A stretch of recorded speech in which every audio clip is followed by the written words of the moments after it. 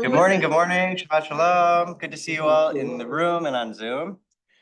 We are gonna jump right in today. I actually have a confession to make, which is that We don't do that down the no confessions. No. I had two different topics that I was playing with and I couldn't choose. So that's why the packet is extra thick today. There are actually two sessions in here. So I figure we'll just go with the first one, and then if we have time, we can go to the second one. But Are you taking lessons from Rabbi Hal? did he also? He always brings too much. Yeah, it's the Abraham Lincoln thing. I'm sorry for the long letter. I didn't have time for a shorter one. All right, so the first topic is the subconscious and identity in the Joseph story. We know that dreams play a huge part of the Joseph story, and we also know that the theme of identity runs throughout. Who is Joseph, this dreamer? What is being covered up? Right, there's a lot of cover up in this. What are some examples of some deception and cover up in the Joseph story? When they brought back his coat covered with blood. That's the big one, right? When they dip his coat in blood and say that a wild beast has killed him. So there's a lot of lies, there's a lot of deception, there's a lot of searching for identity. And I think it's interesting the way that the role the subconscious or dreams plays in ascertaining one's identity. So let's dive into our first verse. It should be for those of us on Zoom on the website under Torah Cafe, so that you can have the source sheet up there as well. Is it not on the website? I can't do two things at once. I can watch you. I can't. Got it, understood. But if you want it and it's helpful, it should be on the website for you. Otherwise, we'll just read them out loud so you can hear. Who wants to read the first one in a nice loud voice? Great, thanks, Bill. Next then is the line of Jacob. At 17 years of age, Joseph tended the flocks with his brothers, and he was a lad. Okay, seems pretty straightforward, not much being covered up here. He's a lad, he's a shepherd. Go ahead. Whose translation of Toldot did you use? This is Safaria. Because Toldot can be they accounts, make generation. I heard a whole podcast this week about how it can be interpreted so many different ways. What's your favorite one? I like stories. Stories. Nice, yeah, Toldot, you could have a whole session just on the word Toldot. Yeah, that's why I asked. So let's go into Rashi, though, sees something in here already that speaks to Joseph's character, adds a little color. Who wants to read Rashi on Genesis 37:2? What is it? Yeah, go ahead. He dressed his hair, he touched up his eyes so that he should appear good looking. Good. So this, by the way, is Rashi commenting on Na'ar. What does it mean that he was a lad? Right? What is the Torah trying to tell us when it said that he's a Na'ar, a lad? And Grown up. Rashi's explanation is that it's not that he was literally a lad because he was 17, it's that his character was childish. He would do these little superficial things. He would dress up his hair. Good, and vanity is a big, you could accuse Joseph of vanity, right? Because he has these dreams and he can't help but brag about them, right? Or you could play his defense attorney and say, well, look, he's just telling the truth. These are the dreams he had. He's having these prophetic dreams. He's got to share them. But you could also say he lacked tact, right? What does he think's going to happen if he's telling his brothers, you and my parents are going to bow down to me and worship me, right? That seems a little bit vain, if not true. Right? He does the same thing at the end to his brothers. Does he have to wait so long to tell them who he is? In other words, yeah, he's playing a game again. And I know that, I know that, yeah. And it's also interesting, the word na'ar in Yiddish. When you say someone's a na'ar, it's not a compliment. A nar, not a nar. Oh, interesting. A nar. Judy's saying nar. Yiddish, isn't it fool, Judy? Is it fool in Yiddish? Yeah. Maybe there is a connection. I'm not sure. Good morning, Shabbat. Welcome. Hi, guys.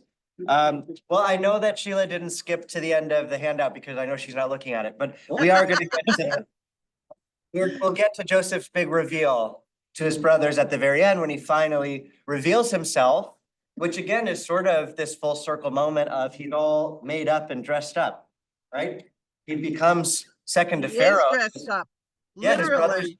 yeah, he's literally dressed up and made up. I mean, his Yeah. brothers don't recognize him. They think he's this Egyptian pharaoh, second in command of Pharaoh. And it's just interesting that you see the seeds of that from the very beginning through Rashi, saying that, well, as a kid, he liked to dress up and put makeup, touch up his eyes. And there's an arc where he literally becomes that. So maybe there's something in his subconscious that knows who he is deep down that'll be fulfilled. Blame it on Jacob, because he gave him that coat. That was already the. Oh, okay, so maybe what started him on that road of vanity was this beautiful multicolor coat. Wasn't it? Where does, Yeah. Where does Rashi get that he touched up his eyes? Great question. Where do our commentators get the, he's quoting Genesis Rabbah, Midrash. Rashi knew all the Midrash. That's, so often his commentary is quoting the Midrash.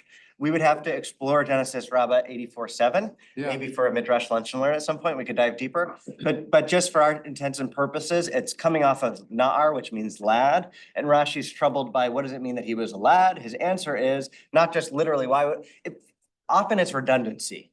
And we'll get that later in this study too. But if you look, it says that he was 17. So why does it need to say that he was 17, but also say that he was a shouldn't have lad? been doing. He We shouldn't know have that been he's a doing lad it. if it says he's 17. There's no such thing as redundancy in Torah. Everything comes to teach you something different. So Rashi's saying, the reason it says both that he was 17 and a lad is that the first one's telling you his age, the second one's telling you about his personality. Does anyone ever make, I mean, if I wanted to look at it in a positive way, because anyone who's ever had teenagers know they're always searching for identity, and so those sort of things aren't unusual. Right. But it mentions that Joseph tended the flocks with his brothers, and he was a lad. Is it possible, and I don't know, that as you got older, you didn't tend with your brothers, you had your own flock? And so in a way, there's a connection here. The ladness is the dependence on the brothers, which then gets, Oh, interesting. in a Kind of way, immaturity.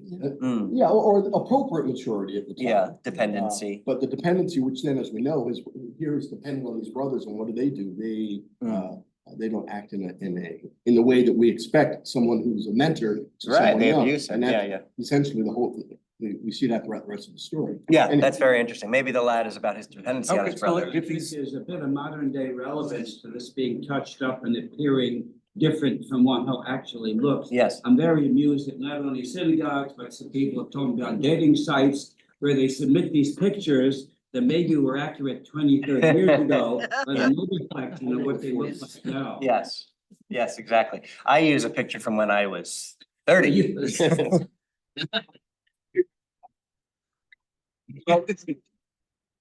so if he's tending the flocks with his brother, why is it that Jacob has sent him out to go find the brothers? Why wasn't he already there? He wasn't older. Yeah, it's interesting. So there's more commentary around this, that he would actually hang out with the sons of Bilhah and Zilpah because he knew that he was despised. Joseph knew that he was despised by his brothers who were the hi Yingli, welcome, Shabbat Shalom. Hi, welcome, Shabbat Shalom. Come join us. Hi, Eric. Wasn't he That despised by the other ones? because he too? would, yeah, but the commentary is saying that because there was a second class thing going on with anybody who wasn't, so the children of Leah, the brothers, the sons of Leah, especially despised Joseph because he was the son of Rachel. But the children of the maidservants of Bilhah and Zilpah also had a second class thing going on. So there's commentary that Joseph would actually hang out with them because he was a little bit safer with them because they also knew what it meant to be, despised or sort of for another reason, not out of jealousy, but out of They were closer second in tier age. status. too. Maybe it was also an age cohort. And also there was resentment on the part of the children of Leah, because they resented the idea that their mother was the less loved Exactly. too. And that kind of favoritism on the part of Jacob Right. spread. In other words, he set an example there, and then that aggravated the sibling rivalry. Mhm. Yes, thanks, Ivan. Right, that's throughout, right? All of Genesis is this story of favoritism, jealousy, and fratricide. Right? We're actually making progress here because they flirt with fratricide, but ultimately decide to sell them for profit. That's a step in the right direction. We have to take our little wins when we get them, right? Baby steps. He's also the youngest. He's Joseph is, also the youngest, and the youngest always gets, To the young.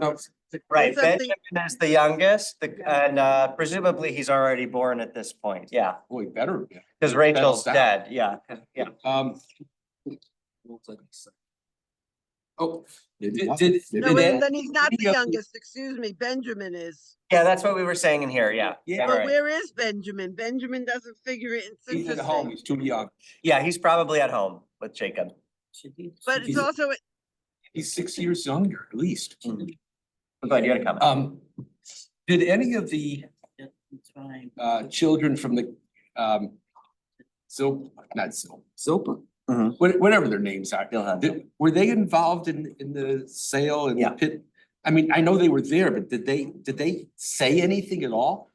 Presumably everybody was. The only two that it's recorded who speak up are Reuben and Judah, right? Okay. And Reuben is actually not present when he sold, because his plan was throw him in a pit, I'll come back later and rescue him, but when he comes back, he's already sold.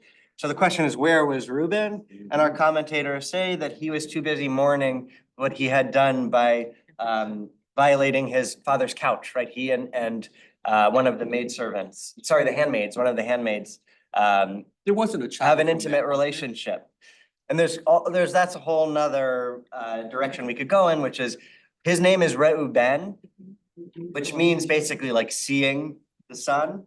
So the question of what motivated him in doing that, was it actually sort of a love affair, or was it just wanting to be seen and noticed? Again, there are all these gestures that are bad gestures, but at their core, it's wanting to be seen and appreciated by Jacob. it is fantastic when you think about how this is written. What it's like, and we know this from the Bible, that every word means something. Yeah, How with the Midrash, it's like almost the Midrash. It's like you're getting an outline of a story and you go fill it in. yeah, absolutely. That's what Midrash seeks to do, is fill in gaps in the text. And it's amazing creatively where it goes. So let's continue. Who wants to read Genesis 39:12? We're continuing along the theme of sort of superficial outer layers and true identity. And the subconscious is sort of intimate knowledge of a person and how it can sort of hint at who you truly are better even than maybe your waking consciousness can. Who wants to read Genesis 39:12? The context here is that when Joseph is sold, he becomes the head of Potiphar's house, where Potiphar entrusts everything to him.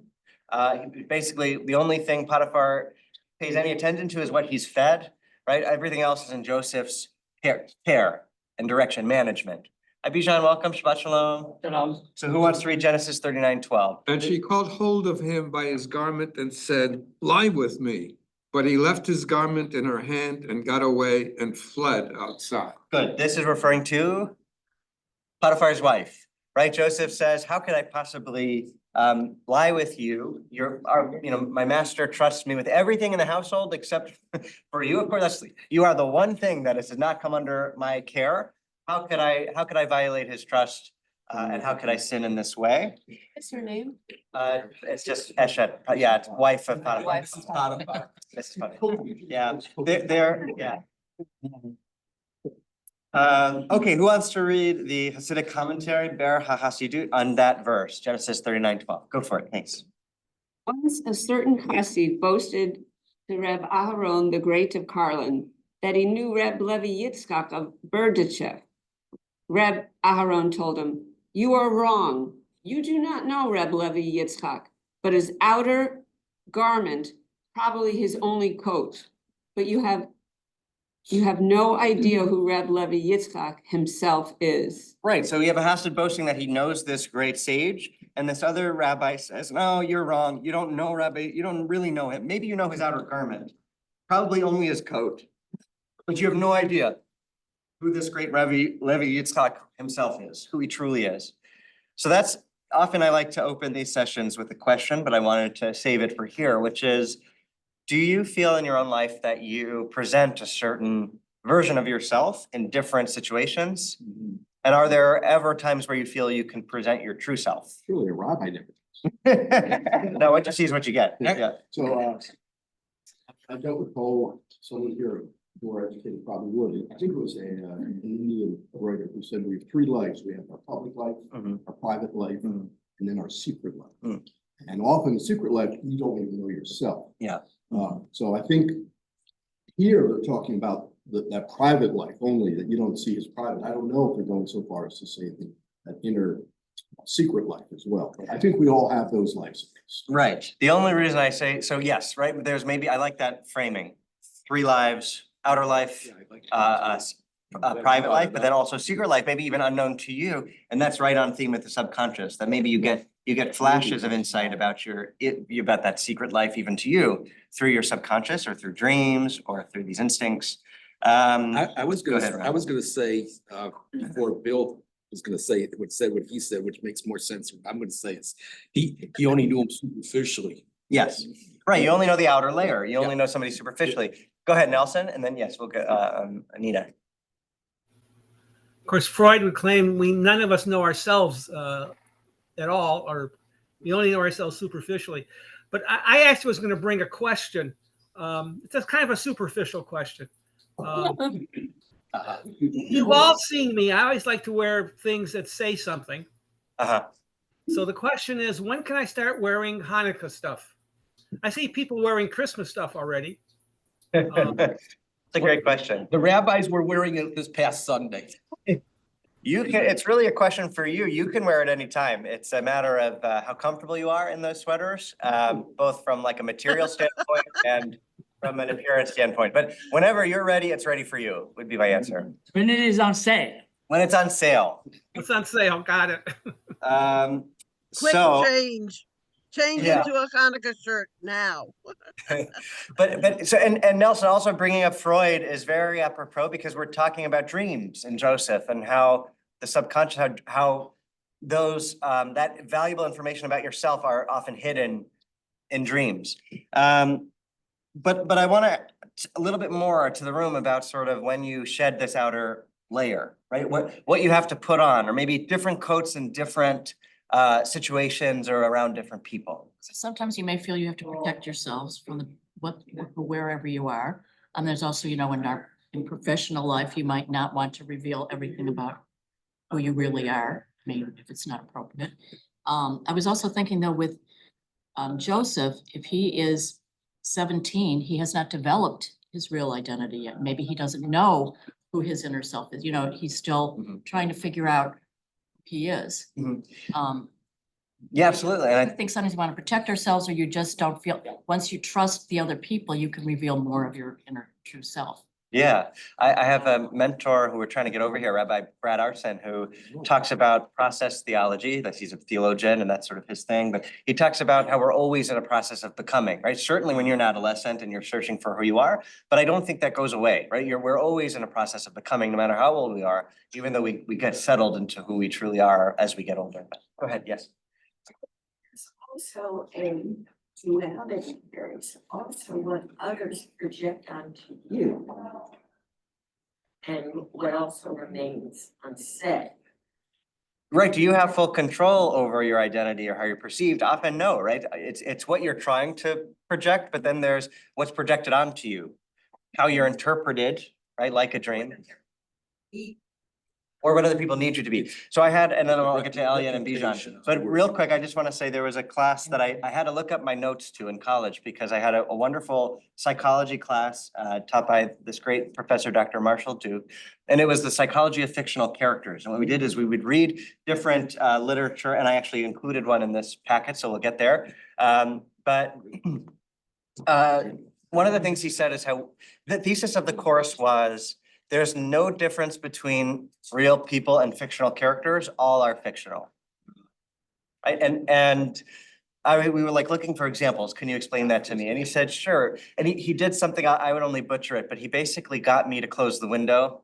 Not by directly saying close the window, but it was sort of like, oh, it's a little bit chilly here, and I closed it, and he said, do you see how by being something like there's a whole table where you could be like aggressive, dominant, you could be aggressive, submissive, you could be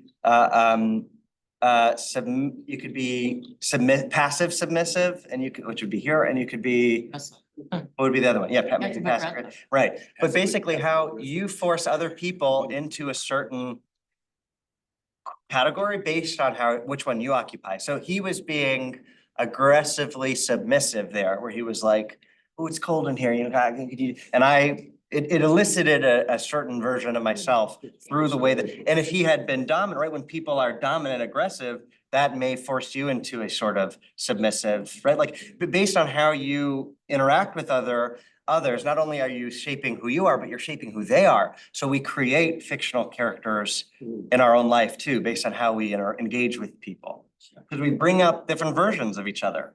Go ahead. I wonder about the Masa Merkava, Ezekiel's dream. Was that a singular event, or how was that revealed to him? Or was it something that was over time? That's interesting. So there's this whole Merkava literature and in Kabbalah too, Ezekiel's vision of the chariot.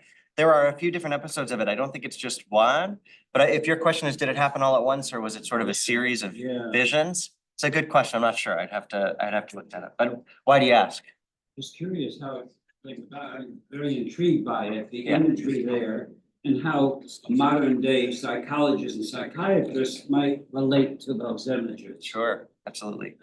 Go ahead, Bishan. Speaking of Hanukkah and this other holiday that this year coincides, Yeah. I was wondering how often, it happens according to calendar that these two holidays fall on the same day. Does anybody have it? I don't know. Anybody Does seen anybody? it? It's all It's over the funny. newspapers. Just look in look in the New York Times, Wall Street Journal. They're writing all about it. I think the last time they said was 27. Wait a minute, it was when my husband died. It was 2016. At Christmas Eve was Shabbos night. Then that was the first night, I think, of Hanukkah. Do they say in general how often it happens? It doesn't, and the next time I think is 2035. We're getting a little off topic here. It's an interesting. But it's look in the newspapers, or if I find it, I'll send it to you, Bijan. Thank you. We have a question. Go ahead, Nina. Interesting. There's package here. And even in the war, there are so many things that nothing to do with this. That long ago, they would judge someone by how he looked. Yeah, But we never do that now. right. No, we're over that. We're over. We don't judge, we don't judge that way. You know, that we think, oh, we're just materialistic here. Mhm. And number two, the whole concept of that we are, reminds me that in many cultures, in Judaism too, we have several names. The name that we bring in food, the name that we might add if we are Sicker. professional, Mhm.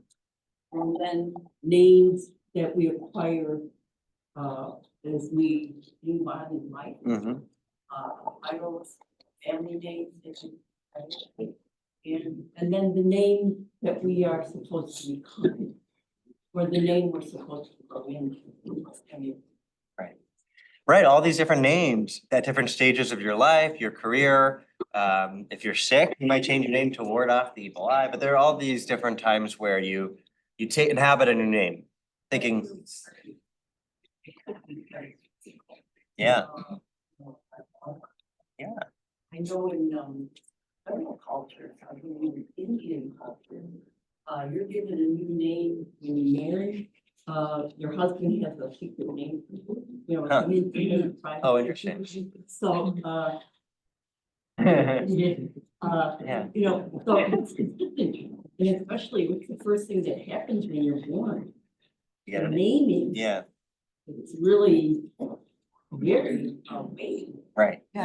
Yeah, and often when you're given a name, you tell the story of who you're named after and what values you hope that your child embodies through that loved one, and right, so there's a lot to a name, and Baal Shem Tov, right, means master of the good name. The crown of a good name is right. Hashem means the name, right? And can we pronounce God's name, right? Again, what is sort of inaccessible to us? Okay, great. And you're also making a thing about different hats, right? We talk about outer layers or coats, but also hats, right? Like there was Rabbi Josh Scoff was performing the wedding of his son, Jared Scoff, who's now a rabbi as well. He was a colleague of mine and a good friend from rabbinical school. And he said, and so he's officiating the wedding and he goes, and so a son leaves his father's home and goes to, and he started to cry and he goes, did they change this? I've read this a million times. Did they do something? Right? But it's, you wear different hats, right? Do you have your rabbi hat on? Do you have your father hat on or mother hat on, right? And how that, how do you square those away? Okay, I want to keep going. So let's get to now, maybe Joseph is getting older. Maybe Joseph is starting to understand his identity a little bit more, moving past that adolescent phase. Who wants to read Genesis 40:15? It's the fifth one from the top or second from the bottom. Go ahead, thanks. For in truth, I was kidnapped from the land of the Hebrews, nor have I done anything here that they should have put me in the dungeon. Right, he's speaking about his false imprisonment. I shouldn't be here. I was stolen away from the land of the Hebrews. And let's see what Rabbi Meir Yehiel of Ostros says about it. Hasidic Rabbi, Genesis 40:15. He comments on this verse. Do you want to keep reading? One who admitted to his country was buried in his country, while he who did not admit to his country was not. Joseph admitted to his country when he stated, I was stolen away out of the land of the Hebrews, and he was buried in Shechem. Moses, who did not admit to his country, was not buried in his country. How is this? When the daughters of Jethro said, an Egyptian man saved us from the hands of the shepherds, Moses did not correct them. This statement seems strange because Joseph was indeed born in Eretz Israel and was a Hebrew of the land of the Hebrews, but Moses was born in Egypt and was an Egyptian man. Rather, we see from this that ever since Eretz Israel was promised to Abraham, every Jew must consider himself a citizen of Eretz Israel. There's a book I'll plug from my the new senior rabbi of Valley Beth Shalom, which is the day school and synagogue I grew up at. It's called The Case for Dual Loyalty. And I think many of us in this community would find it very interesting, but he kind of builds the case for, let's not be so ashamed or worry about the polemic against Jews of being accused of this anti-Semitic trope of dual loyalty. I haven't read the book, so I can't speak to it yet. It's just published. But I sent it to him after I read this. I said, oh, apropos of the title of your book, I thought you would like this. Which is that so it's saying, if you admit to your country, you're buried in your country. That's sort of the principle that this commentator, this rabbi is the claim he's making. And his proof is that Joseph says in that verse, I was stolen away from the land of the Hebrews, even though he's not buried in the land of Israel, right? He dies in Egypt.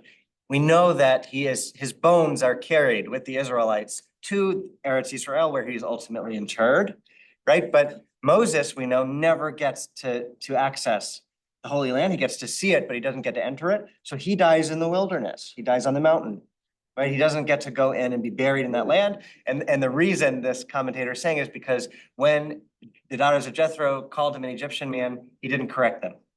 That he didn't say, actually, I am a Hebrew, right?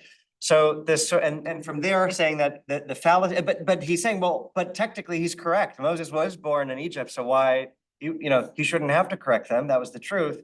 But the sort of the thesis, the final kicker, the punchline of this commentary is no, rather every Jew must see themselves as being also a citizen of Eretz Israel. But you know It something, strikes me how Joseph is complaining at that point about his very bad luck 2 times in a row. Once he was thrown out of the land of Hebrews by his own brothers, and once he was put into that dungeon. Both times I didn't do anything. Right, So exactly. he's really very upset about this. Yeah, I mean, how could you not be? But we'll get to the sort of, what was this, the second study that I brought that I'm sure we won't get to is about faith. And that, the sort of beautiful notion, though problematic, that everything happens for a reason. God has a plan. Don't put your faith in human beings, put your faith in God. That's sort of the thesis of, and I think it's a beautiful, very Jewish concept. I also think that for modern Jews, it's a struggle to fully embrace that, because the question of evil, right? Well, what if, I have a friend who said, a friend whose mother died when she was very young, and she always told me when people would say God has a plan, I would say, I don't want anything to do with that God. If my mother's untimely death is a part of God's plan, count me out. And I can't blame her for that kind of feeling. But other people take great comfort in knowing that, well, even if we can't understand it, there is a deeper meaning that is inaccessible to us, but that God has. So it's an interesting conversation, which is the second text study. If I don't think we'll get there, but little teaser for that. But so Joseph, ultimately, is he a complainer, or does he have faith that everything's happening for a reason? And maybe there are moments of complaining like this one, but ultimately we see that he's somebody who forgives his brothers and says, don't even blame yourselves. You did nothing wrong. God wanted me to come here so that I could save life. Yeah, You but is wonder that, what he really thought. is that actually true that he forgave his brothers? Because Yes. the brothers did not feel that they forgave him, that he forgave them. Right, so that's They had serious doubts, very Right. serious doubts. And Jacob had very serious doubts about Joseph. He felt, I believe, and I've read very convincing commentaries that that Joseph actually became Egyptianized. He helped Pharaoh consolidate his power, and ultimately was an Egyptian. And he sets the stage for slavery, right? At the end of his reign, everyone becomes slaves to Pharaoh. And then we enter a new book, Exodus, and the first thing is a new Pharaoh arose who knew not Joseph. But the institution of slavery had already been introduced by Joseph. And it's this sort of, now that's going to come to bite us. Right. Joseph was not, he was not one of the 12 tribes. Jacob, Ephraim and Manasseh. He adopted Ephraim and Manasseh, correct? Right. So ultimately, I think he did that because he wanted to bring them into the fold, to make sure they remained Israelites. Ultimately, I think it's open-ended. It's the question of, do you take Joseph at face value? The plain meaning of the text, he forgives his brothers. But you could argue, is that a thin outer layer? Is it makeup, right? Is it the presentation of forgiveness, or is it genuine, authentic forgiveness? And I think that's part of the beauty of this story, is that maybe we don't know. I think he did forgive him because they prospered during his time. I think so. I wanted to go back to the multiple names things, because we just talked about Jethro for a second. He had multiple names. Raul, Hobab. But I was wondering, and I spotted this the other day, one of Esau's sons or grandsons, Raul, was Raul. Oh, Is it the same one? Could it have been the same one? It's a great question. I don't know. I'm not sure. I'd have to look it up. I don't know. It just says anywhere. Yeah, it's like, well, it's a good theory. I'm not sure. Okay, I'm off. All right, let's keep going. Actually, the idea of slavery is something that the Egyptians must have learned from the other people who were around. I mean, the Akkadians and the I wouldn't say that Joseph invented the institution of slavery, but it's clear by the end of his reign that all of Egypt comes into slavery to Pharaoh, right? They say first they're selling their land, then they sell themselves to buy food, because that's all they can do is sell themselves. So at the end of his reign, everyone is a slave to Egypt. And like Ivan said, Joseph has gotten the whole monopoly board for Pharaoh. Pretty genius. But also, if we're looking at our beloved characters with a critical lens, while that was tactically brilliant, maybe a bit cruel, and ultimately might come back to bite us, right? Okay, hold on. I think Joseph also enjoyed the power. It seems like in the narrative, he loved being a second to Pharaoh. It goes back to the vanity comment. It also goes back to just the nature of power. And also goes back to his delusions of grandeur as a youngster. Even if they were true. Don't we have that happening right now? Sure. But the delusions of grandeur ultimately are become reality of right? That's sort of what layers it, textures it a little bit. right? They're not false in the end. Go ahead. In his defense, Joseph had to become who he was at the time because of his brothers, because that way he was able to make the decision with the negotiation and everything else. If he wasn't had the power, they would have come there, that we would have assimilated, nothing would have happened. Because he was in charge of the land, basically he said, you go there, you be the shepherd, you go away from everybody else, you can prosper there. So I think maybe it was kind of a calculated thing. Yeah, I think so, absolutely. And I think it goes back to the comment before about how you present a certain way, but also your external situations or the people around you sort of force you into a role as well, or project their own image onto you, right? He sort of became what Egypt needed by being also initially the wrong guy at the wrong place at the wrong time, but ultimately the right guy at the right place at the right time. Okay, now I wanted to add this. I've taught it once before, but I love it. And it's a little sidebar, but it comes to Moses's defense that Moses never declared an Israelite identity, right? That's sort of what this commentator was saying, this Hasidic rabbi, about how he didn't correct them when they called him an Egyptian. But this is a rabbi of mine from a biblical school, Rabbi Sean Fieldsmeyer, and she writes about the moment that Moses really did declare himself an Israelite. And it comes first from Exodus 2:11. Who wants to read? Go for it. Thanks, Ina. Moses' adolescence isn't. Oh, sorry, one above that. You're right. I did mention her, but let's go the context and then we'll read her commentary. Okay. Sometime after that, when Moses had grown up, he went out to his kinsfolk and witnessed their labor. He saw an Egyptian beating a Hebrew, one of his kinsmen.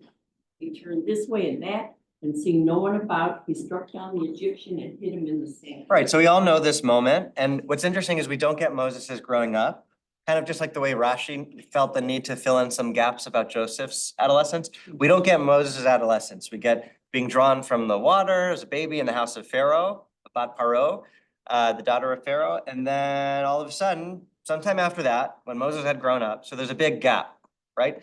And the question is this his bar mitzvah, so to speak? Is this his coming of age moment? And that's what Rabbi Sean Fieldsmeyer claims that it is. Go ahead and read what she says about this moment. Moses' adolescence isn't reported in our Torah. Details of his growing up in Pharaoh's palace are not given, only that he is now grown up.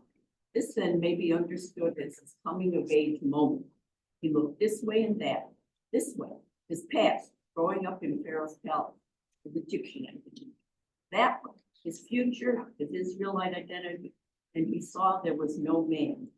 If he tried to cling to both identities, he would cease to be either. He struck down the Egyptian part of himself and buried him in the sand. Ooh, you never thought of that. Isn't that great? Buried in the past. Yeah, so again, it goes back to this core idea of identity, right? Yeah, I've taught it once before, I love it, but Why I've heard it yeah, before. for sure. So it comes back to identity and the question of, can you hold multiple identities? And I would argue maybe depends on the context, right? Sometimes, like we said, we have to. We put on a certain coat or certain hat in one circumstance and another in another. It doesn't mean we're just one or the other or one and not the other. We can contain multitudes, like Walt Whitman said, right? I contain multitudes. At the same time, sometimes maybe there are incompatible aspects of our identity and we have to choose one because we can't possibly hold both. This again sort of goes into the dual identity and the assimilated Jew piece of this conversation, sort of identity as Jewish Americans, and how do you make sense of multiple identities and loyalties to countries?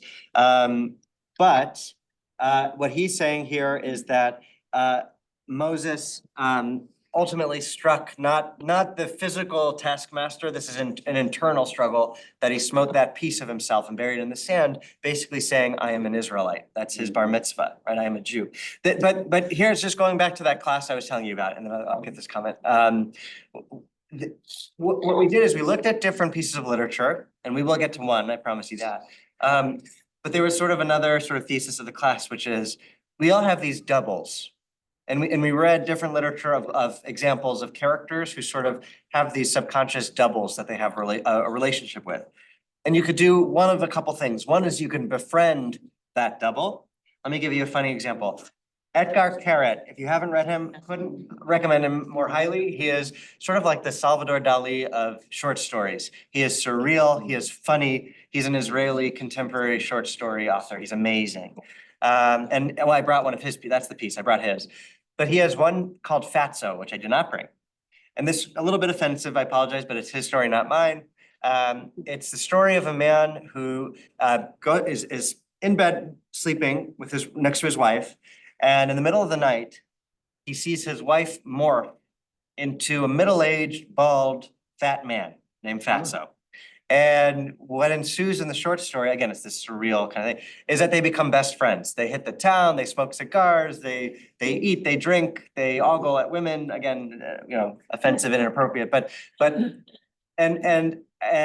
that's one example of a story we read, right? There's more to it than that, but for our intents and purposes here. Next, there was another story, Dostoevsky's story about a man and his double who are worst enemies, right? They are rivals. And the story that I brought you is sort of a third category, where the heroes of the story don't befriend their doubles, and they don't become enemies with their doubles, but they observe their doubles and can learn and grow as a result. So sort of one of the points we were making in the class is if you befriend your double or if you become enemies with your double, you don't actually grow as a character. But if you can observe your double and just sort of, kind of like a meditation, just sort of like let your inner thoughts just sort of pass by you and don't judge them, but you observe them and you take note of them, that's what actually leads to growth. So we'll see that in the short story that I did bring. But here we have an example of sort of the Dostoevsky model, where Moses decides that his double is an enemy, right? The Egyptian piece of himself, and he has to smite it in order to move on. Anyway, just I thought some interesting things. One thing Go ahead, that couple bothers comments. me is that Go ahead, Sheila. one thing that bothers me is, okay, we have Moses has been rescued. He's growing up in the court. And then suddenly he's out in the desert. True, we don't know what happened in between, but how did he remember that were they constantly telling him he was Jewish? There's. It's a good question. Obviously, we don't know. It's a gap in the text, but we do know that he had Miriam watching him in the sea, and then she gets Yocheved to be the wet nurse for Moses. So presumably he maintained till he was 3 or so. I mean. Yeah, well, true. But we know that Bat Paro, and the daughter of Pharaoh, knew that this must be a Hebrew child. And she still chooses to adopt him anyway. So women who really are the hero of the Exodus story, right? You have Shifra and Pua, you have Bat Paro, and the list, Miriam. You have not Yocheved, right? It's possible that maybe even Bat Paro continued to let him know, because we know that she adopted him in spite, knowingly. So maybe she wanted to keep that piece alive for him, but I'm not sure. It's a good thing. Ivan, go ahead. Speaking of heroes, I think the true hero of the Joseph series is Judah. Yeah. We have chapter 38, where, first of all, as we know, Judah is the one that had conceived the idea of putting Joseph into the pit. Okay. And then instead of killing him, he, perhaps he saved his life. But then he leaves immediately and he marries a Canaanite woman, Tamar. And not Tamar. We don't know who the woman was that he married, but he loses 2 sons. That gives him empathy for his father, Jacob, who also thinks he at some points that he's lost 2 sons, but he's transformed. He's transformed. He comes back, and in the end, he becomes the individual that turns Joseph around with one of I think the most amazing verses of a speech, that he throws Joseph into tears, and Joseph finally admits who he is, and he ultimately becomes Judah. you know, the Jewish. Yes, absolutely. And I love that. I agree with that. And I will say that there was once a board meeting that I was speaking at in my internship and teaching Torah, giving a little Dvar Torah for the board. And you always want to talk about leadership. And it was the Joseph story, time of year. And so I said, what is Joseph's greatest act of leadership? And I gave some examples. Is it, the fact that he consolidates power for Pharaoh? Is it his dreams, the vision? Right? So is it that the leader, as a leader, he had vision? Is it that as a leader, he had strategy intact? Or the third option was he throws Benjamin in a cell, right? Sort of takes it. And of course, that was my answer, was that it's that he throws Benjamin in the cell. And the reason being was I was making the case that he sort of sets this whole stage in motion for Judah to ultimately come forward and say, take me, right? Let us free the boy. Don't capture Benjamin. You could take me instead. That Joseph brilliantly orchestrated bringing the best out of others, which is sort of what we're talking about how we elicit different characters from one another. That Joseph, you're right, Judah is a hero and deserves his own. And by the way, King David comes from Judah, the line of Judah, and Judaism comes from Judah. So I think all Exactly. to Judah, right? And he's turned around by Tamar. Yeah, right. But I love that Joseph kind of brings out the best in him too, that Joseph wanted to see, will my brothers be redeemed, right? They sold me, will they now come to Benjamin's defense and complete that redemption arc? But yes, Judah is the one to do that. Right, and Tamar is a Canaanite woman. And in the end, he says, you are more just than me. Right. It's right. He admits fault. He is able to admit fault. He certainly has a conscience, right? He does some questionable things, but he ultimately is able to say, at one point, he says, burn Tamar because of her harlotry, right? So we're not dealing with somebody who is faultless, but he's able to then turn around and say, oh my God, when he realizes that she is pregnant through him, that he says, she is more righteous than me. Don't touch her, right? It's my fault. That's his bar mitzvah. There you go. Since we're talking about heroes in modern literature and movies, the superheroes, almost all of them have other identities and other names. So I know this from my grandchildren. They all know their other names. Right, I like that. Alter egos, right? You have your alter egos, to use another Freudian term, right? Okay. Now, this I thought was super interesting. And again, it gets to identity and how identity is just all throughout the Joseph story. Who wants to read Genesis 40:19? This is when he's interpreting dreams, again, diving into the subconscious of the butler and the baker, right? And for the butler, Joseph says, your dream is good. In 3 days, Pharaoh will restore you to your previous position. And then the baker is excited by that good dream interpretation and says, oh, well, interpret mine. And unfortunately, it's not so good. Go ahead, Larry. In 3 days, Pharaoh will lift off your head and impale you upon a pole. The birds will pick off his flesh. Right, and the initial dream was that he had the basket of bread on his head and birds were eating from the bread of the basket. And so that the interpretation Joseph comes up with is that in 3 days, you will be restored. Sorry, you will not be restored. You will be hung. You'll be executed and birds will pick at your flesh.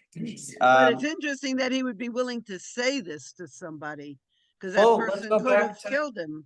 Let's go back to the very beginning, right? Joseph is always very direct about the dream interpretations, right? He doesn't really but he's think about how direct they'll be then received. about in his own family. Here he's being direct in a small area where he could easily be, of course, he may have, I think he's just ignorant of what's happening. It could be that sort of childish ignorance. It could also be this sort of, and I know Rabbi Hal is going to talk about this for his sermon today. So quick plug for that, but about honesty, right? And truth telling. And again, it's sort of interesting in the context of our conversation about like deception and garments and outer layers that conceal versus Joseph just kind of calling it how it is, just telling his dreams as they are, no matter how they're going to be received. Don't we take dream interpretation somewhat as prophecy? Yes. So how could he not speak honest words of God. Exactly, right, and I'm thinking about Bilam too, but now that's gonna be a plug for Covenant. I mean, you can see, I know exactly what everybody's gonna talk about at any given moment. Rabbi Alex brings the Midrash, which, yeah, and Rabbi Alex's text study, she says, she brings the text that says a dream is 1/8 of prophecy, or something, I don't know if I got the fraction right. It's probably 1/60. It is 160. I was being generous, I was being generous. Okay, who wants to keep going? Go for it. So this is the interpretation of, this is now Ohel Yaakov, so the commentary on how Joseph interpreted that dream. How did he know? Go ahead. Dubno likened it to a man who painted a picture of a man holding a basket of bread in his head. A bird saw the picture, and the bread in the picture was so realistic that he began to peck at the picture. Two men who were passing saw what was going on. One said to his friend, "The painter is a great artist. Painting is so realistic that the bird cannot tell the difference, and he thinks that the bread in the picture is real." Friend answered him, "No, he's not a great artist because he was only able to make the bread look realistic, but not the man." And the proof is simple. As the man looked more realistic, the bird would have been afraid to come to the bread. The same is the case here. When Joseph heard the Baker, I'm sorry, some typos here. I'm sorry, the baker tell how the birds were eating bread from his back and his head, Joseph immediately realized it was not a real man, but merely the shadow of a man. That was why he told him within 3 days the Pharaoh will lift up his head from off him. So I think this is a very interesting thing, and then we're gonna get into that short story because we're coming to the end of our session here, but and David Schifrin says, Yasher Koach. Thank you, David. I'm not sure if it was to Larry for reading or but good to see you, Shabbat Shalom. So saying that the birds were pecking the bread, he's saying it's kind of like a painting, right? Where you have a man holding the basket of bread and the birds think that the bread is real, that they try to peck at it, and someone says, wow, what a great artist, because it's so, the bread is so realistic, the birds actually think it's real, and the other friend says, no, not a great artist, because yeah, they may have made the bread real, but if the man looked more real, the birds would be too afraid to go for the bread. Right, so maybe they captured the bread, but they certainly didn't capture the man. Right, they don't care, they don't care. Yeah, but I love that idea of being a shadow of a man, and that's how Joseph knew that the dream was saying you've become a shadow of a man. That's sort of the harbinger of doom, that you're about to meet your fate. But I also think identity-wise, I wonder if the baker had become a shadow of himself, that if he had lost himself even before he was executed, if you sort of subsume your identity in a role, maybe your job, or in this case, given that it's, baker to Pharaoh, you sort of are, you just become sort of a robot, right? You're a slave. You lose the identity, the individual piece of it, and you're subsumed in the communal responsibility or your caste or whatever your role is. But I think that sort of individual versus community piece of, losing yourself versus coming into yourself. I want to read this short story. Who wants to? This is from Edgar Kara. It's called Creative Writing. You could even find it in the New Yorker, because that's where I think he published a lot of these before publishing in the books. This is just an excerpt, but the context for this story is it's the story of an Israeli couple, and they had a misfortune. The wife in the story, she has a miscarriage, and they're sort of in the aftermath of that, trying to rebuild their lives after that. And she enrolls in a creative writing class and discovers that she loves it. And I think part of it is that creative writing helps you tap into your subconscious, right? She's learning more about herself, and she's learning more about her relationship. So the short story she ends up writing sort of give us insight into the nature of their failing relationship. You can see by the story she's writing that, it seems like there's trouble in the relationship. Ultimately, the husband then enrolls, he gets jealous. He thinks that she's having an affair with the creative writer instructor. He decides to enroll in a different creative writing class and ends up writing a story that I think speaks to this identity piece we've been talking about. So who wants to write? The first little quote here is, referring to the fact that the wife in the story, in one of her stories that she writes, she gives birth to a cat. Again, it's Edgar Cayce, it's weird, it's Dali, it's surreal, it's weird stuff, but and funny stuff. But she says, after I wrote that story, a couple weeks later, I discovered I was pregnant again. So the first, I wanted to include this one piece that says, isn't it weird, she asked, how my brain didn't know yet, but my subconscious did. Okay, now, this is now later, and it's the husband's story that he writes. Who wants to read? Go for it, Lois. Thanks. The story he wrote was about a fish that was swimming happily along in the sea when a wicked witch turned it into a man. The fish couldn't come to terms with his transformation and decided to chase down the wicked witch and make her turn him back into a fish. Since he was an especially quick and enterprising fish, he managed to get married while he was pursuing her, and even to establish a small company that imported plastic products from the Far East. With the help of the enormous knowledge he had gained as a fish who had crossed the 7 seas, the company began to thrive and even went public. Meanwhile, the wicked witch, who was a little tired after all her years of wickedness, decided to find all the people and creatures she'd cast spells on, apologize to them, and restore them to their natural state. At one point, she even went to see the fish she had turned into a man. The fish's secretary asked her to wait until he'd finished a satellite meeting with his partners in Taiwan. At that stage in his life, the fish could hardly remember that he was in fact a fish, and his company now controlled half the world. The witch waited several hours, but when she saw that the meeting wouldn't be ending anytime soon, she climbed onto her broom and flew off. The fish kept doing better and better until one day, when he was really old, he looked out the window of one of the dozens of huge shoreline buildings he'd purchased in a smart real estate deal and saw the sea. And suddenly he remembered that he was a fish, a very rich fish, who controlled many subsidiary companies that were traded on stock markets around the world, but still a fish who for years had not tasted the salt of the sea. Wow, that's excellent. That's really good. Isn't it amazing? It's really Isn't it amazing. amazing? Edgar Cayce, go read him. He's amazing. If you haven't already, he's amazing. But and I was wondering how this fits into the context of the larger story. My interpretation of this creative writing or dream, I'm not sure. I don't have Joseph's skills, but I was thinking maybe it's this idea that he's realizing that he has lost touch with the relationship with her, with himself, ultimately. Maybe it's because of his work. Maybe it's because he sort of threw himself like the butler, like the baker, into this role that he sort of lost himself and forgot about her, forgot about, that taste of the sea again, his roots, who he is. And I thought that was a nice connection too, to the commentary about, are you a Hebrew? Are you an Egyptian? And you might rise to prominence in Egypt like Joseph does, but ultimately, there's that shedding of that outer layer to your core when you see the sea again, when he sees his brothers, and he says, I am Joseph, right? Which we can skip ahead to and conclude our session. Does anybody want to read Genesis 45:3? Yeah, the final one on page 3. Go for it. Joseph said to his brother, I am Joseph, is my father still well? But his brothers could not answer him.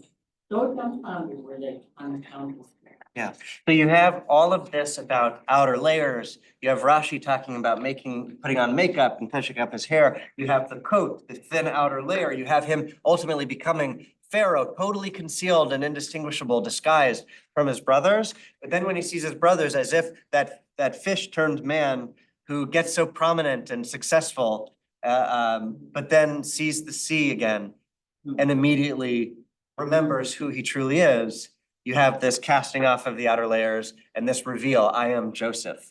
So I want to end with that charge for everyone, that we feel like we can find ourselves or return to ourselves, sort of tshuva, which I think Lois said. And then maybe it takes some kind of experience.